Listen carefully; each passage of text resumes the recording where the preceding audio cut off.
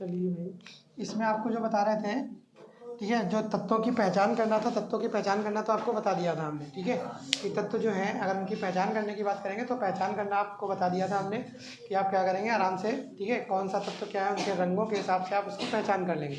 अब अगर बात करें,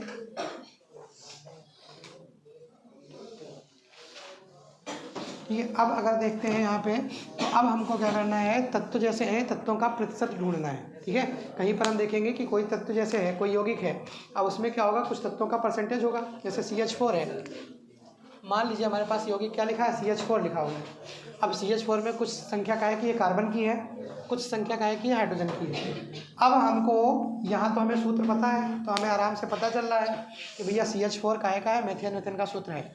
अब क्या हो, अगर हमारे पास, ठीक है, तत्व के बारे में कुछ जानकारी हो और ये सूत्र ना दिया हो, और ये कह दें कि कोई यौगिक है जिसमें कार्बन का, ठीक है, 20% है, हाइड्रोजन का 40% है, इसका 80% है, क्या करिए आप, यौगिक का सूत्र ज्ञात करिए, यानी सूत्र निकालिए आपको। तो अब क्या करना है, हमको सूत्र निकालने के प्रोसीजर सीखने हैं कि हम कैसे करेंगे। तो उसको क्या कहते हैं हम, मूलानुपाती सूत्र। देखिए 2-3 तरह के सूत्र होते हैं, आप जान लीजिए क्या क्या होता है। एक होता है मूलानुपाती सूत्र, इंपीरियल फार्मूला इसको कहते हैं,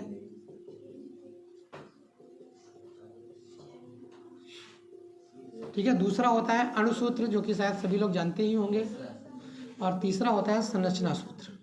हो सकता है ये भी जानते हो, नहीं जानते होंगे तो अभी तीनों बता दे रहे हैं। देखिए मूलानुपाती सूत्र, अणुसूत्र और आपका संरचना सूत्र में क्या डिफरेंस होता है। मूलानुपाती सूत्र का मतलब ये होता है जैसे हमने कोई भी यौगिक लिखा, मान लीजिए हमने लिखा C2H5OH, ठीक है, या CH3CH2OH लिखा हमने, तो मूलानुपाती सूत्र बताता है कि एक तत्व का दूसरे तत्व के साथ क्या अनुपात है, समझ रहे हैं।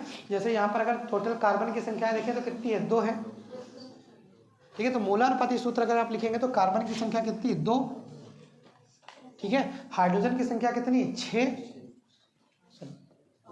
ठीक है, 5 ये है और 1 ये है, 6 और O। यानी कहने का मतलब है किसी भी सूत्र को अगर हम क्या कर दें, ठीक है, मान लीजिए C2H6 लिखा हमने, C2H6, कार्बन कितने हैं, 2, हाइड्रोजन कितने हैं, 6, ठीक है, सीधे गुणांक कट जाएगा आराम से। तो क्या बनेगा, अगर हम इनका गुणांक लिखें, अनुपात लिखें, तो भैया इनके और इनके बीच में क्या है, 1:3 है। देखिए कार्बन का 1 है अगर, तो हाइड्रोजन के कितने हैं, 3 है, 1:3 का रेशियो है, यानी एक कार्बन पर कितने हैं, 3 हाइड्रोजन है। तो अगर इसका हम मूलानुपाती सूत्र लिखेंगे तो क्या आएगा, CH3 आएगा। मूलानुपाती सूत्र क्या आएगा, CH3 आएगा। फिर हम इसकी सहायता से बनाएंगे कोई अणुसूत्र, C2H6 बनाएं, चाहे 3 से गुणा कर दें, C3H9 बना दें, जो मर्जी आएगी, आगे जैसा कह रहा होगा उस तरह का बनाएंगे। लेकिन हमारे कहने का मतलब ये है कि मूलानुपाती सूत्र जो है, मूलानुपाती सूत्र का मतलब है वो डायरेक्ट सूत्र नहीं है, वो सिर्फ तत्वों की उपस्थिति का परसेंटेज बताता है कि किस तत्व में किस तत्व का कितना परसेंटेज उपस्थित है, यानी एक तत्व के सापेक्ष दूसरा कितना है। अगर पहले की संख्या 1 है तो दूसरे की संख्या 2 है कि 3 है कि 4 है कि 5 है कि 6 है, तो यानी आप कह सकते हैं उसका रेशियो, जो सिंपल सा अनुपात बताएगा उसको हम क्या कहेंगे, मूलानुपाती सूत्र। अणुसूत्र का मतलब है वो क्लियर संख्या बताता है कि कितने कार्बन भाग ले रहे हैं, कितने हाइड्रोजन भाग ले रहे हैं, ठीक है। अगर कहीं सूत्र C2H6 लिखा है तब भी उसका जो मूलानुपाती सूत्र होगा वो क्या होगा, CH3 होगा। कहीं पर अगर मान लेते हैं, ठीक है, C4H12 लिखा है तब भी इसका मूलानुपाती सूत्र क्या होगा, CH3 ही होगा, क्योंकि कार्बन और हाइड्रोजन में रेशियो कितना है, 1:3 ही का तो है। तो यानी यहाँ पे कह सकते हैं मूलानुपाती सूत्र में सिर्फ ये फर्क है कि मूलानुपाती सूत्र क्या बताता है, वो ये बताता है कि 2 तत्व जो हैं या 3 तत्व हैं या 4 तत्व हैं, उनमें सिंपल सा अनुपात क्या है। जो उनका सरलतम सूत्र होता है, सबसे सरलतम हिस्सा, सबसे छोटा भाग, वो कौन बताता है, इंपीरिकल फार्मूला यानी मूलानुपाती सूत्र बताता है। अणुसूत्र वो होता है जो अणुओं की संख्या को बताता है डायरेक्ट, जैसे ये है तो इसका अणुसूत्र क्या है, C4H12 है। इसी तरह से एथेन है तो इसका सूत्र क्या है, C2H6 है, ठीक है। अगर हम कोई और चीज़ लिखेंगे तो उसमें जो टोटल तत्वों की संख्या होगी वो हम पढ़ लेंगे, बस वही चीज़ हमारी क्या होगी, अणुसूत्र होगी, ठीक है। और जो ये तीसरा लिखा है संरचना सूत्र, संरचना सूत्र तो कुछ स्पेशल नहीं है। संरचना सूत्र सिर्फ ये है कि बॉन्डों को खोल देना है, जो बॉन्डें उसके साथ बनी होंगी उनको बस क्या कर देना है, हमको बंध बता देने हैं, बंध दिखा देने हैं कि कहाँ पर कौन सा बंध बना है, सिंगल बंध बना है कि डबल बना है कि किस तरह का बंध बना है। अगर हम वो चीज़ बता देंगे तो आपका क्या हो जाएगा, सीधे सीधे आप कह देंगे कि वो क्या है, संरचना सूत्र बना होगा।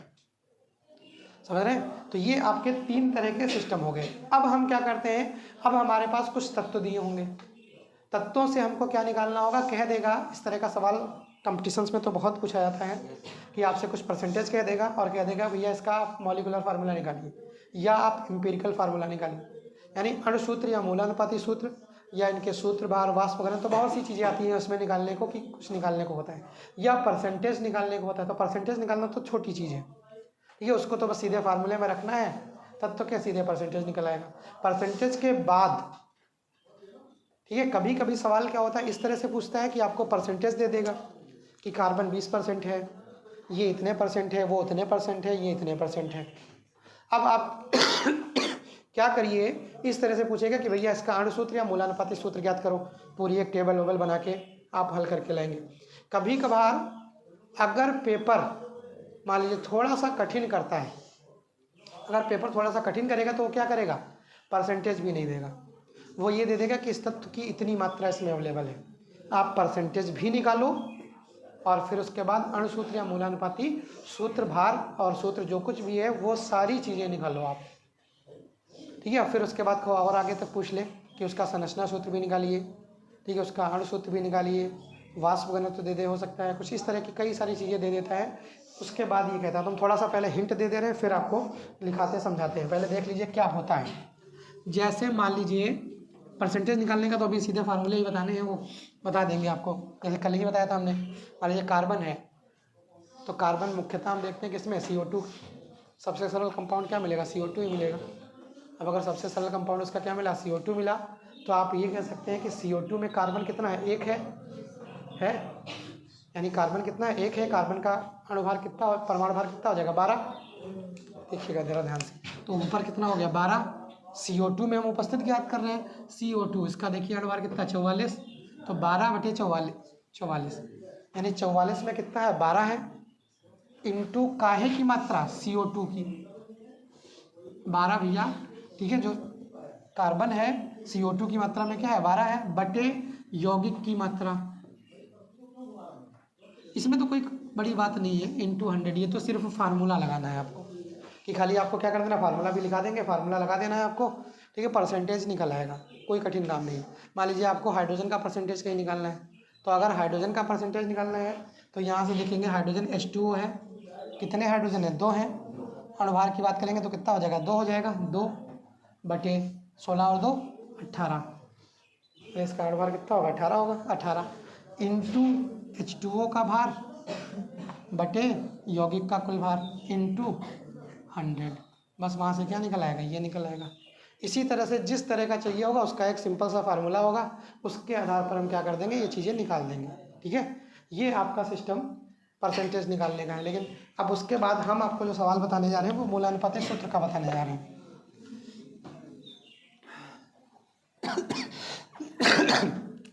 अब यहाँ से देखिए क्वेश्चन कुछ ऐसा होगा, मान लीजिए आपसे क्वेश्चन कह दिया उसने कि उसमें क्या है, कहीं पर कोई तत्व है, कोई यौगिक है जिसमें नाइट्रोजन कितना है, मान लीजिए उसने कह दिया नाइट्रोजन है 20%।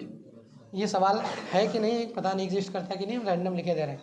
नाइट्रोजन मान लीजिए कितना मान लिया, 20% मान लिया, कार्बन कह दिया, ठीक है, मान लीजिए 36% कह दिया कार्बन को, ठीक है, इसके साथ साथ उसने हाइड्रोजन कह दिया, ठीक है, 42% कह दिया, ऑक्सीजन कह दिया, इसमें से घटा लो, इतना एक ऑक्सीजन देगा तो अच्छी बात है, नहीं देगा तो बची हुई मात्रा काहे की होती है, ऑक्सीजन की होती है। तो आप इसको जोड़ना पूरा, ठीक है, अगर 100 से पार निकल जाए तब तो फिर नहीं होगी, या 100 अगर हो जाए, 100 के पार तो निकलेगा नहीं कहीं। यहाँ हम रैंडम अपनी मर्जी से लिख रहे हैं तो हो सकता है पार निकल जाए, लेकिन पार निकला नहीं होगा। तो आप ये कह सकते हैं अगर 100 तक पहुँच जाए तो इसका मतलब है कि उसमें ऑक्सीजन अनुपस्थित है, उपस्थित नहीं। अगर मान लो सबको जोड़ा हमने और जोड़ के 97% हुआ जाके, अरे इसका नहीं कह रहे हैं हम, एक सिंपल सी चीज़ बता रहे हैं। हम कह रहे हैं कि मान लीजिए हमने जोड़ा, चलिए इसी को मानते हैं भैया, कितना जोड़ा है? 98। ठीक है, चलिए इसी को समझ लेते हैं। कहा है दूसरा एग्जाम्पल ले। हम ये कह रहे थे कि मान लीजिए हमने क्या किया, हमने इनको सबको जोड़ा, अगर 100 आ गया तो इसका मतलब है कि उसमें ऑक्सीजन नहीं है, कोई काम ही नहीं, क्योंकि भैया सब मिला के 100 हो गया, काम खत्म हो गया। उसके साथ साथ अगर मान लीजिए जैसे इसमें 98 आ गया, कितना परसेंट कम है 100 होने में? 2 कम है, तो 100 में से 98 हटा दो, कितना बचा? 2 बचा। तो इसका मतलब है 2% क्या होगी उसमें? ऑक्सीजन होगी, यानी ऑक्सीजन कितनी हो गई? 2%। ठीक है, अब हमको क्या करना है? सूत्र जनरेट करना है। तो सूत्र जनरेट करने के लिए क्या करते हैं? हम एक टेबल बनाते हैं। सूत्र जनरेट करने के लिए हम क्या करते हैं? टेबल बनाते हैं। वो टेबल बड़ी सी बनती है ऐसे, ठीक है, इस तरह से। अब ये देखिए, ये आपका वही क्रमांक हो गया, क्रम संख्या कह दो, लिखना चाहो ना लिखना चाहो कोई दिक्कत नहीं, सीधे तत्व लिखिए। अब क्या लिखा हमने? डायरेक्ट क्या लिख दिया? तत्व, यानी जो तत्व हमारे पास अवेलेबल होगा वो हमने तत्व लिख दिया। तत्व में कौन कौन है? नाइट्रोजन है, कार्बन है, हाइड्रोजन है, ऑक्सीजन है। ठीक है, हमने क्या कर दिया? तत्व लिख लिए। अब उसके बाद प्रतिशतता लिख ली। प्रतिशत कितना है?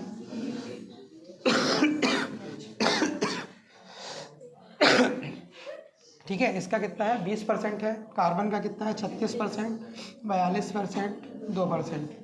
इसके बाद इनका परमाणु भार लिख लिया हमने। ठीक है, हो सकता है ये कॉलम बना हो कहीं, या किताब में आप देखें तो कॉलम ना बना हो, कोई दिक्कत नहीं उससे, क्योंकि वो मान लेते हैं कि परमाणु भार तुमको पता ही होगा, क्या ज़रूरत है लिखने की। लेकिन हम आपसे कहते हैं आप लिखते चलिए। प्रतिशतता लिख ली। ठीक है, इनके परमाणु भार लिख लिया। नाइट्रोजन का 14, कार्बन का, हाइड्रोजन का 1। हाइड्रोजन का कितना होता है? 2 नहीं होता है, 1 होता है। वो H2 था, जब हमने H2O में अभी लिखा था वो H2 था, इसलिए 2/18 लिखा था आपका। ठीक है, तो हाइड्रोजन का कितना? 1। ऑक्सीजन का कितना? 16। ठीक है, क्रमांक 8 होता है, परमाणु भार 16 होता है। ये लिख लिया हमने। अब उसके बाद क्या होगा? अगला जो कॉलम होगा, प्रतिशत बटे परमाणु भार। क्या करना है? प्रतिशत को परमाणु भार से भाग कर देना है। 20/14, 36/12, 42/1, 2/16। यहाँ से मान निकालेंगे इनके, कुछ मान आएंगे। अब यहाँ हम हल करने को नहीं कह रहे हैं, क्योंकि हम रैंडम चीज़ कर रहे हैं। मान लो यहाँ पर कुछ भी मान आ गया, ठीक है, मान लीजिए यहाँ पर आ गया 3 आ गया, ठीक है, आएगा नहीं, ठीक है, मतलब ये सोचिएगा कि 3 आएगा, यानी कहने का मतलब है रैंडम है। अब या तो इसको हल करें इतनी देर बैठ के, लेकिन अभी मोटा मोटा आपको हिसाब समझाया जा रहा है, तो आप समझ लीजिए यहाँ से कुछ भी आएगा, कोई भी संख्या आएगी, यहाँ से 2 आएगा, किसी में 3 आएगा, किसी में 2.5 आएगा, ठीक है, किसी में 4.5 आएगा, मतलब कुछ भी आ सकता है। ये नहीं कि आप सोच रहे हो 2, 3, 4 आएगा तभी यौगिक बनेगा, कुछ भी आ जाए यार, 1.33 आ जाए, 2.44 आ जाए, कुछ भी आ जाए, जो मर्जी है वो आए। यहाँ से क्या आएगा? कुछ परसेंटेज आएगा। इसमें से चेक करना जो सबसे कम हो, ठीक है, जो सबसे कम हो। मान लीजिए 2-3 मान निकल कर आए। अब 2-3 मान निकल कर आए, इसका अगर देखेंगे 2.8 मान लीजिए, फिर वही कैलकुलेट मत करने लगना, पता नहीं, क्योंकि हम रैंडम लिख रहे हैं। मान लीजिए इसका 2.8 आ गया, इसका हल किया 3 आ गया, इसका हल किया सीधे सीधे बता है 42 ही आ रहा है, इसका हल किया सीधे 0.8 आ गया, ठीक है। मान लीजिए या 16 एकम 16, ठीक है। यहाँ से अगर देखेंगे तो यहाँ से मान लीजिए आपका कितना आ गया? 1/8 आएगा। 1/8 का मतलब है 0.12, ठीक है, ऐसे आसपास कुछ आएगा, लेकिन रैंडम हमने लिख दिया ऐसे। मान लीजिए ये आ गया। अब इसमें सबसे कम संख्या कौन सी? ये है। अब क्या करेंगे? एक अनुपात निकालेंगे हम, ठीक है, अनुपात कहेंगे या सरल अनुपात। अब क्या करना है? सभी संख्याओं को 2.8 है, जो इसमें सबसे छोटी संख्या है 0.8, उससे भाग किया। 3 को सबसे छोटी संख्या से भाग किया, फिर इसको भी सबसे छोटी संख्या से भाग किया, फिर इसको भी सबसे छोटी संख्या से ही भाग कर दिया। समझ रहे हैं हमारी बात? जो सबसे छोटी संख्या हो, जो रिजल्ट यहाँ पर आया हो, उसको क्या करेंगे हम? सबसे छोटी संख्या से भाग कर देंगे, तो यहाँ पर कोई संख्याएं निकल आएंगी, ठीक है।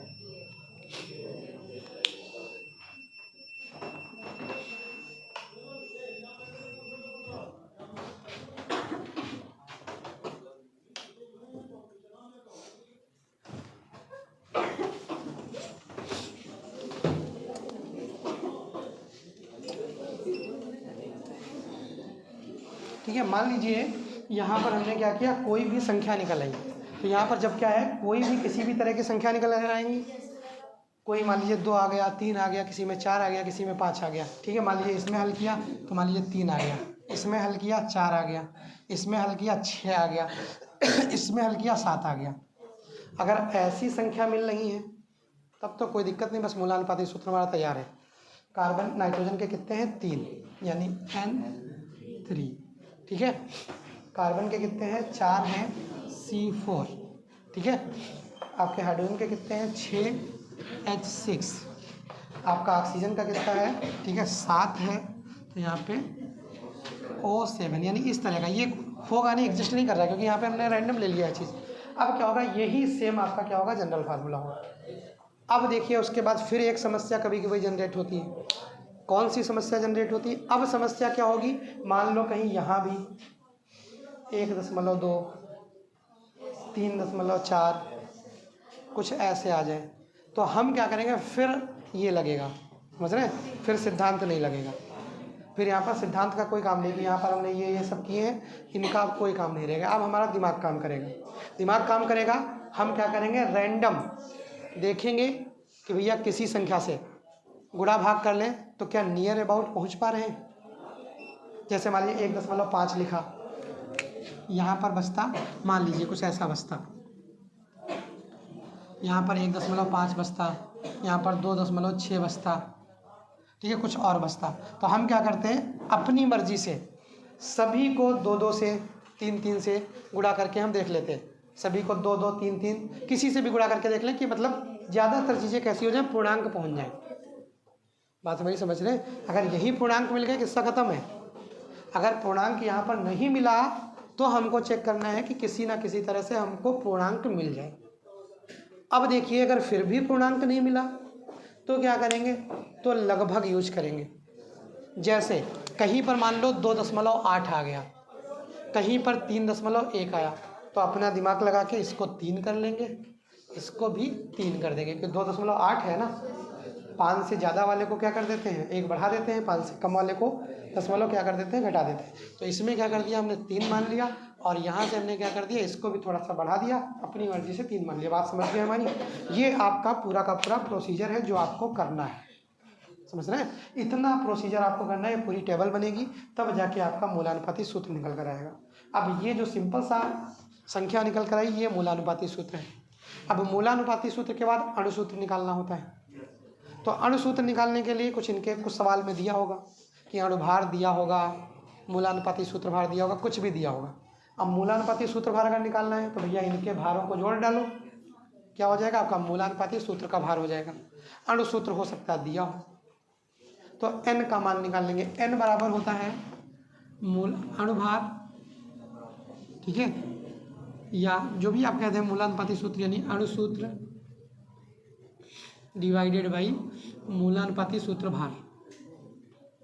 ठीक है, यहाँ पे क्या है, अणुभार बटे मूलानुपाती सूत्र भार। कोई संख्या निकल कर आएगी, भाग करेंगे, 2 आए, 3 आए, 4 आए, तो जितना भी आ जाए, अगर मान लो 3 आ गया तो क्या कर देंगे, इसको पूरे को 3 से गुणा कर देंगे। यानी जो सूत्र आएगा आपका n की घात 9, N9 C12, ठीक है, H18 O21, कुछ इस तरह का सूत्र जनरेट होकर आ जाएगा। ठीक है, काट इसलिए दिया है क्योंकि एग्जिस्ट करेगा नहीं। ठीक है, अब पता चला, सोच ले अच्छा यही आएगा, ये तो रैंडम बता दिया हमने, सीधी सी बात है कि यहाँ पे इस तरह का कोई एक चीज़ जनरेट होगा, यानी ये प्रोसीजर आपको इतना करना पड़ेगा पूरा। ठीक है, अब चलिए परसेंटेज वाला फार्मूला लिख लीजिए। तो लिखिए, तत्वों का हेडिंग है तत्वों का प्रतिशत ज्ञात करना, तत्वों का प्रतिशत ज्ञात करना,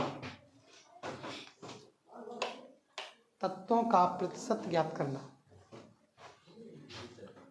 तो लिखिए, खाली फार्मूला लिख लेना है, कार्बन का प्रतिशत यानी परसेंटेज कार्बन बराबर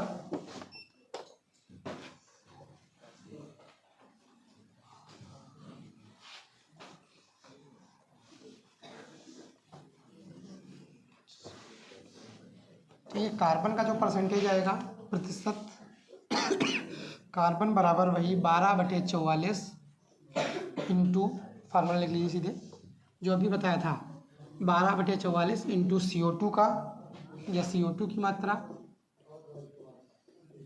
बटे कार्बनिक यौगिक की मात्रा, कार्बनिक यौगिक की मात्रा, और परसेंटेज है तो क्या करना पड़ेगा, 100 से गुणा करना पड़ेगा। ये आपका सूत्र है कार्बन परसेंटेज का।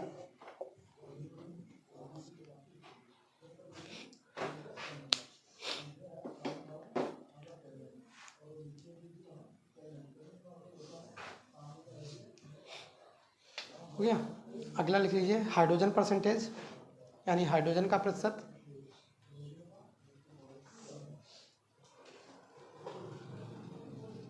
तो हाइड्रोजन प्रतिशत में लिख लीजिए H2O होता है ना, H2O में कितना होगा, 2/18। हाइड्रोजन का परसेंटेज होगा 2/18 इंटू H2O की मात्रा बटे कार्बनिक यौगिक की मात्रा, बटे कार्बनिक यौगिक की मात्रा इंटू 100।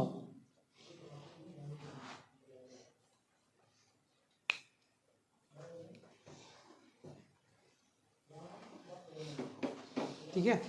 अब उसके बाद देखिए, अगर हमें नाइट्रोजन का परसेंटेज ज्ञात करना है, ठीक है, तो नाइट्रोजन का परसेंटेज ऐसे साधारण नहीं ज्ञात हो जाता है, ठीक है, वो थोड़ा नखरे वाला है, तो उसको क्या करना पड़ेगा, थोड़ा बनाना पड़ेगा, यानी कुछ अलग विधियाँ अपनानी पड़ेगी।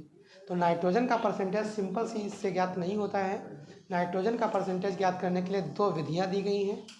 एक विधि का नाम है ड्यूमा की विधि, दूसरी है केल्डाल विधि। हम लिख दे रहे हैं यहाँ पे, एक है ड्यूमा, ठीक है, ड्यूमा की विधि, ठीक है, दूसरी है केल्डाल की विधि।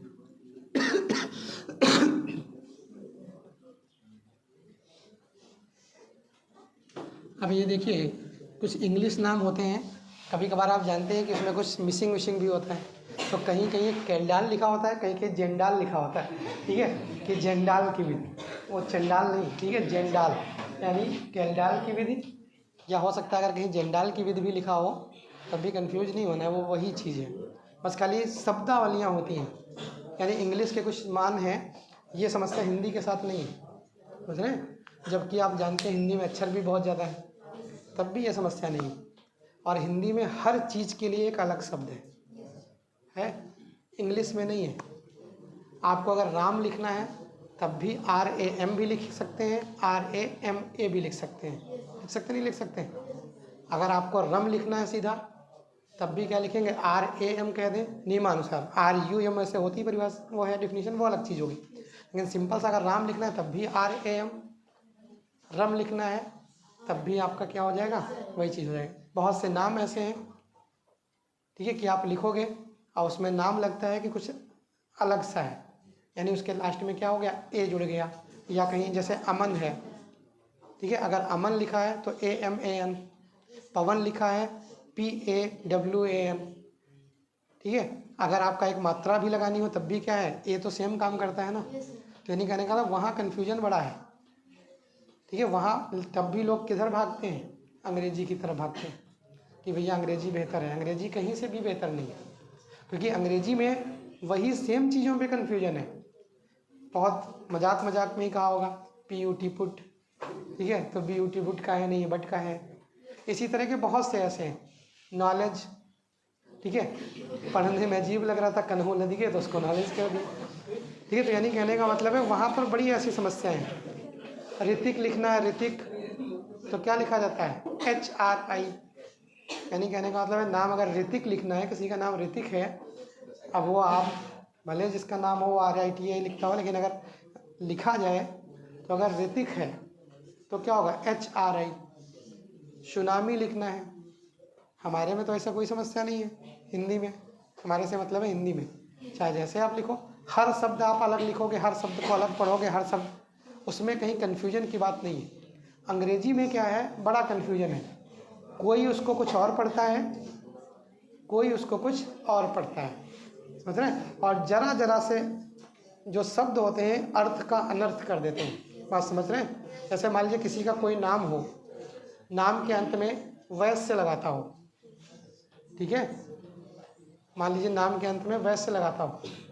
अब क्या है, अगर आप इंग्लिश में लिखेंगे, हिंदी में लिखते हैं तो बिल्कुल साफ साफ वैसे लिख लेंगे आप। लेकिन अगर आप इंग्लिश में लिखेंगे,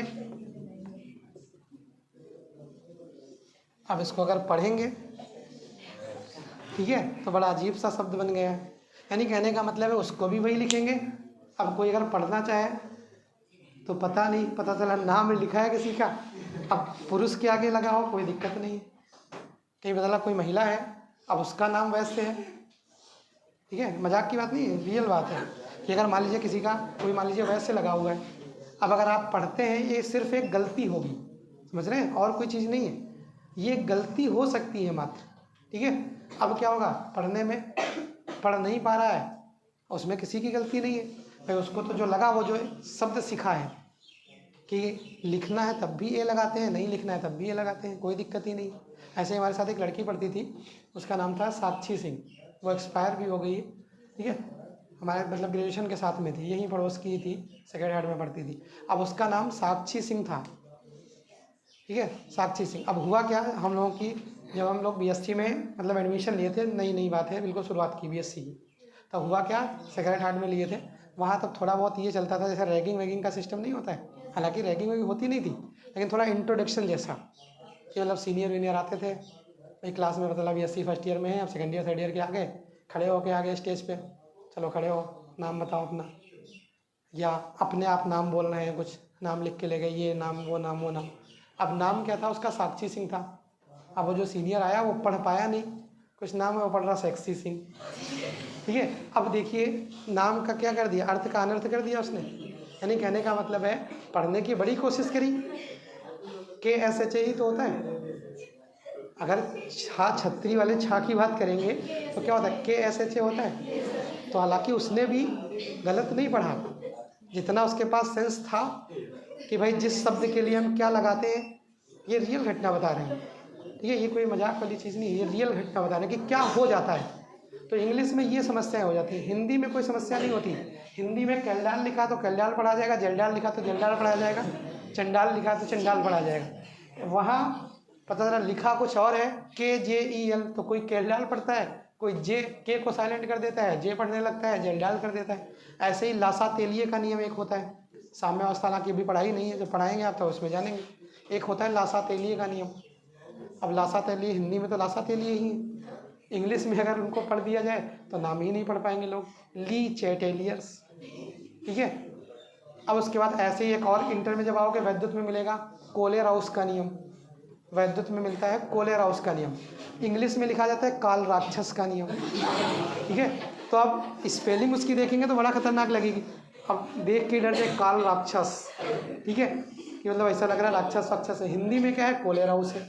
तो यानी कुछ समस्याएं हैं यहाँ पर, तो इसकी अगर बात कर रहे थे तो इसमें क्या करना है हमें, ठीक है। यहाँ पर अगर बात करेंगे तो जो नाइट्रोजन का परसेंटेज निकालना है हम, नाइट्रोजन का परसेंटेज निकालने के लिए हमारे पास कितनी है, 2 विधियाँ अवेलेबल है। एक विधि को हम क्या कहते हैं, ड्यूमा की विधि कहते हैं, दूसरे को क्या कहते हैं, कैलडाल की विधि कहते हैं। तो ड्यूमा की विधि का लिख लीजिए, खाली फार्मूला ही लिखना है, लिख लीजिए खत्म ही हो जाए, ठीक है, फार्मूला लिख लीजिए ड्यूमा विधि का, ठीक है। काय का है, ड्यूमा की विधि का फार्मूला है परसेंटेज ऑफ N बराबर NTP पर N2 का आयतन ml में अपान 8 गुणे यौगिक का भार, ठीक है। फार्मूला है, डायरेक्ट लिख लीजिए। अभी देखिए क्या है, यहाँ से अगर आप देखेंगे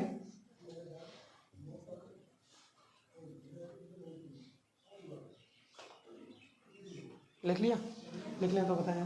देखिए ये निकल कर आया है कहीं से, जो ओरिजिनल फार्मूला इसका होता है वो कुछ और होता है। वो फार्मूला होता है जैसे N2 है, नाइट्रोजन का 8 बार कितना होगा, 28 होगा, 28, ठीक है, बटे आयतन काहे में है, ml में। आयतन शायद जानते होंगे, 1 मोल का आयतन कितना होता है, 22.4 लीटर या 22,400 ml। तो यहाँ पर कितना, 22,400 ml कर दें। ऊपर क्या है, N2 का आयतन कर दिया हमने, और बटे यौगिक का भार कर दिया, इंटू 100 कर दिया। जब इसको आप हल करके लाएंगे पूरे को तो यही निकल कर आएगा। जब इसको काटोगे पीटोगे ये यहाँ से कट जाएगा, 28 को काटिए तो 8 बार जाएगा, ठीक है, 8 8 64 आराम से कर लीजिएगा। तो ये निकल कर आता है 1/8 इंटू यही, ठीक है, इंटू का आयतन का है पर ml में और बटे यौगिक का भार, तो ये डायरेक्ट निकल कर आता है। ठीक है, अब उसके आगे अगला फार्मूला दूसरा वो भी लिख लीजिए, केल्डाल विधि का भी लिख लीजिए। ये लिख लिया ना, लिखिए केल्डाल विधि, परसेंटेज ऑफ नाइट्रोजन यानी नाइट्रोजन का परसेंटेज बराबर 1.4 इंटू 1.4 इंटू NH3 को उदासीन करने में 1.4 इंटू NH3 को उदासीन करने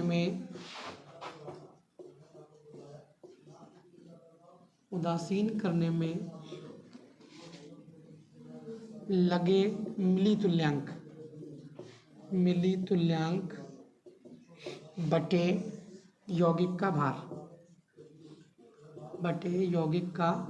भार, ठीक है। इसको अगर शॉर्ट में लिखना चाहें तो आप ऐसे भी लिख सकते हैं, परसेंटेज ऑफ n बराबर 1.4 into n into v. n क्या है, नॉर्मलता है, और v क्या है, आयतन है, ठीक है। n into v divided by यौगिक का भार, ठीक है। ज़रा ध्यान से समझिएगा इसको, हम ऐसे करे दे रहे हैं।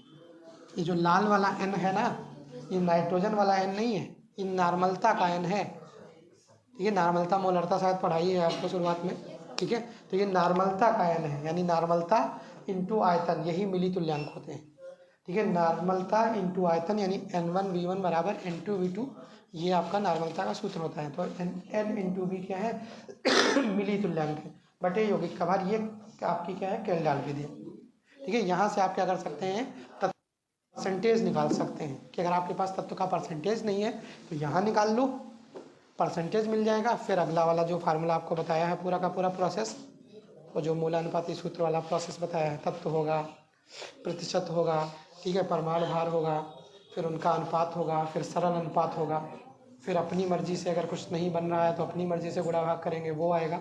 इस तरह से आप क्या करेंगे, मूलानुपाती सूत्र निकालेंगे। मूलानुपाती सूत्र कल वाला जहाँ तक है बता देंगे, खत्म हो जाएगा। मूलानुपाती सूत्र खत्म हो जाएगा तो ये हिस्सा आपका खत्म हो जाएगा। फिर GOC शुरू हो जाएगी, जनरल ऑर्गेनिक केमिस्ट्री, जिसमें आपका, ठीक है, यौगिक के बारे में सुनेंगे। चलिए।